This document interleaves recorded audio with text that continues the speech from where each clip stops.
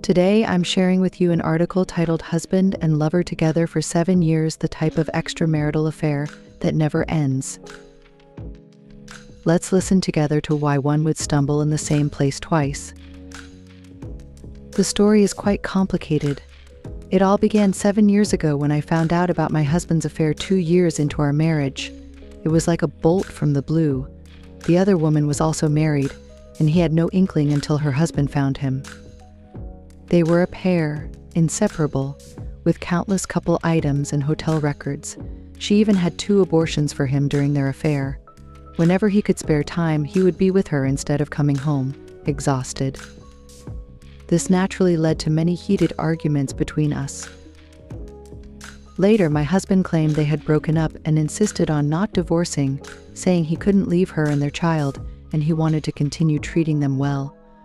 I have always prioritized my career. On regular days, he treated me and our child well, handling all household matters big and small.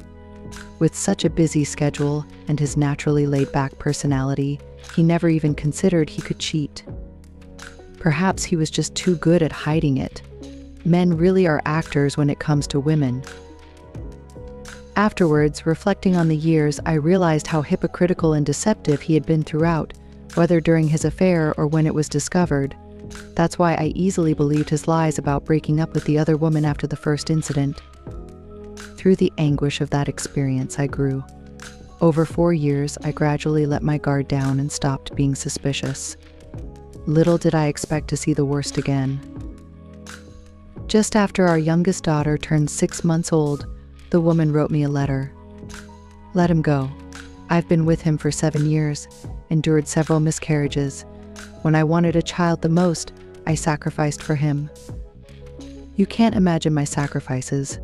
Please let me have him in an instant. My world spun. They had never been apart all these years. Even after the first affair, they stayed together. Despite her divorce, she steadfastly followed him, enduring another miscarriage because her husband was stressed with us having a child. He couldn't support 3 children on his salary alone and feared her reaction. Now I'm heartbroken. I regret giving birth to our second child. Should I divorce? I feel I'll live forever in his and their child's shadow. Should I stay? What about our child? I feel so foolish, stumbling in the same place twice and making myself look more pathetic. Our child is still so young. Can I bear to watch him grow up without a father? Will he cheat again?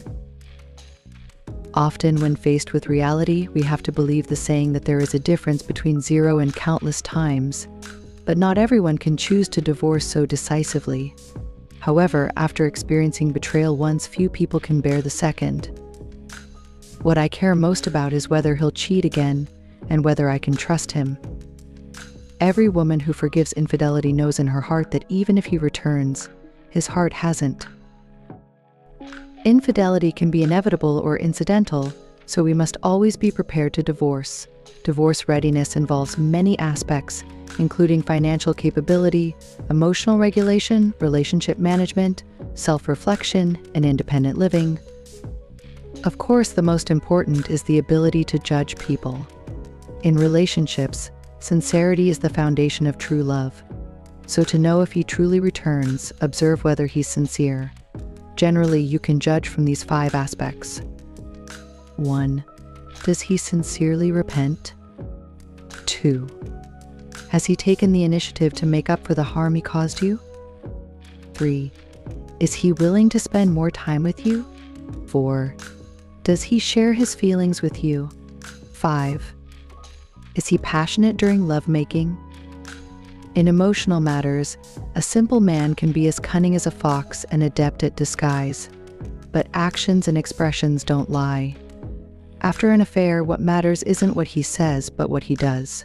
That's true sincerity. You need to observe carefully whether he does these things. If he does, it means he's slowly returning from body to heart. American scholar Sharon Brem and others in their book on intimate relationships mention that intimacy should cover at least 6 aspects, which are different from ordinary relationships. They are understanding, caring, dependence, interaction, trust, and commitment. Security and trust are prerequisites for intimate relationships. Therefore, after a man returns, don't rush to improve your relationship. Instead, regain the lost security and trust. Both need comfort and healing.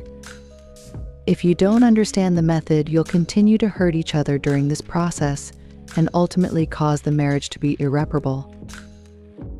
When emotions crack, it's safer to interact as friends first. Also, rebuilding security requires two abilities. 1. Empathy is the ability to empathize with others' situations and feelings, surpassing your own feelings and understanding others' thoughts. This requires rebuilding your tacit understanding, including humor and pain points. If the other party doesn't accept your advice or respond, don't rush to blame him. Try to understand his current situation as much as possible. 2. Patience is also required. While rebuilding security, you need to rebuild trust because of his infidelity. The establishment of trust is closely related to your attitude expressed. If you're willing to accept his return, don't just talk about it. You need to be consistent in word and deed, otherwise, it will backfire. Trust rebuilding isn't a matter of a day or two, so the process must be gradual. Rushing to restore the relationship to its previous state can first create an intimate relationship before a solid relationship. Once the relationship is stable, you can start with a heart-to-heart exchange. Psychologist Goleman said that the worst in a marriage is when both parties fail to recognize its value in time and only realize how much they've truly lost when they give up on each other.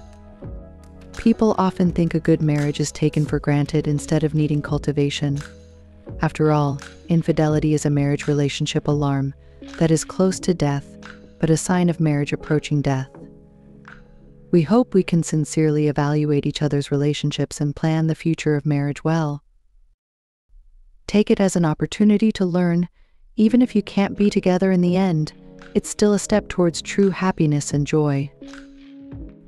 Ultimately, happiness is what we pursue. Is divorce important or not? Today's article ends here. Thank you for your patience. Please share the video with your friends and let more people hear it. You'll never be alone here.